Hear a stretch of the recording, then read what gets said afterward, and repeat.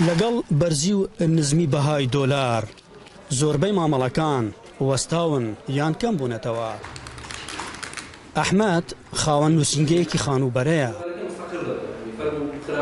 باسی کاریگەریەکانی نرخی دۆلار بەسەر مامەڵەی خانوبەرەوە دەکات.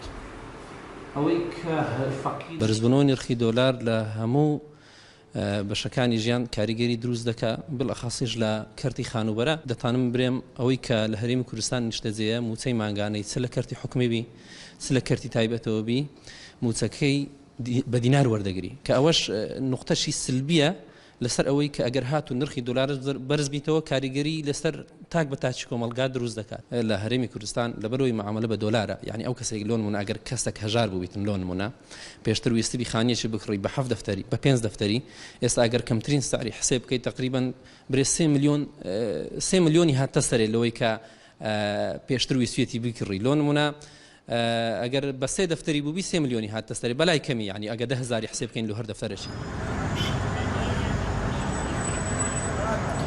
بەرزی و نزمی بەهای دۆلار و ناجێگیریەکەی بێبازاریەکی زۆری بۆ خاوەن کۆمپانیا و بازرگانان و خەڵکی بەگشتی دروست کردووە.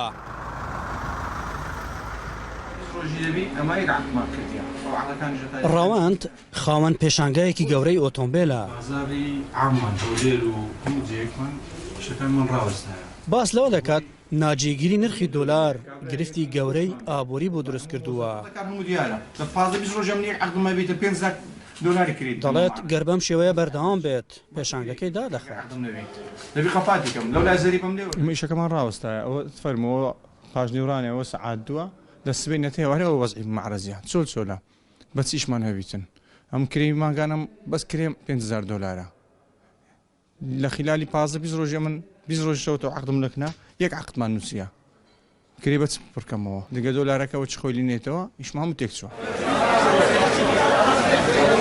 هەوڵەکان بەردەوامن بۆ جێگیرکردنی نرخی دۆلار بەرامبەر بە دیناری عێراقی، بەڵام تا ئێستا نەتوانراوە نرخی دۆلار جێگیر بکرێت. ئەم ناجێگیریەی نرخی دۆلار زەرەرێکی زۆری لە خەڵکی داوە.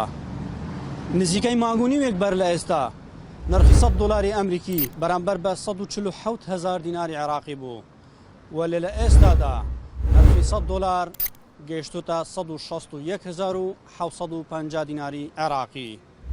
ئەحمەد جێباری دەنگی ئەمریکا، هەولێر.